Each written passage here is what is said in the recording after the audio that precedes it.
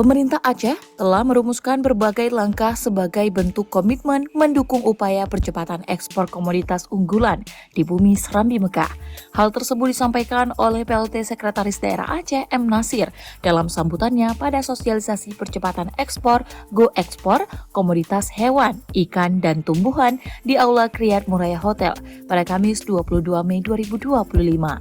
Pemerintah Aceh juga terus melakukan pembinaan dan pendampingan kepada pelaku usaha ekspor, mempromosikan produk Aceh melalui misi dagang dan pameran internasional, serta memperkuat kolaborasi antar instansi, baik pusat maupun daerah.